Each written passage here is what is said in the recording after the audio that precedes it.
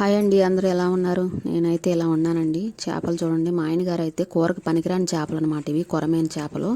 నేనైతే పులుసు అంతా పోయేలాగా శుభ్రంగా క్లీన్ చేసేసి సన్నగా కోసేసి ఉప్పు పసుపు ఈ రెండు కూడా కలిపి ఎండబెడుతున్నానండి. ఇలా ఎండబెడితే మనకి ఈగ కూడా వాలదనమాట. స్టాక్ ఉంటాయి చేపలు. ఎండు చేపలు మనం ఎలా వాడుకుంటామో అట్లాగా వాడుకోవచ్చు కూరలోకి. చాలా బాగుంటాయండి. చూడండి ఎలా కోసాను. అట్లా సన్నగా కోస్తే ఏంటంటే త్వరగా ఎండుతాయి అనమాట చేపలు.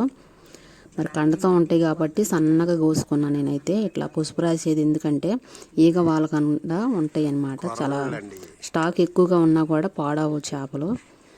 నేనైతే ప్రతిసారి కూడా ఇలా చేసుకుంటూ ఉంటాను. ఎండాకాలం బాగా ఎండ వేసే టైంలో మాత్రం ఇలా స్టాక్ పెట్టుకుంటాను చేపలు. చూడండి, కొరమైన చేపల వరకే ఇలా చేసుకుంటే బాగుంటాయి అన్నమాట. అన్ని చేపలు కూడా చేయటం ఇలా కుదరదు. నేనైతే ఇట్లా చేస్తాను. మనం వీడియో అయితే ఉందండి, ఫుల్ వీడియో అయితే చూడని వాళ్ళైతే చూడండి. కొత్తగా చూసే వాళ్ళైతే లైక్ చేయండి, షేర్ చేయండి, సబ్స్క్రైబ్ చేసుకోండి. ఓకేనండి, నెక్స్ట్ వీడియోలో కలుద్దాం. అంతవరకు బాయ్ అండి.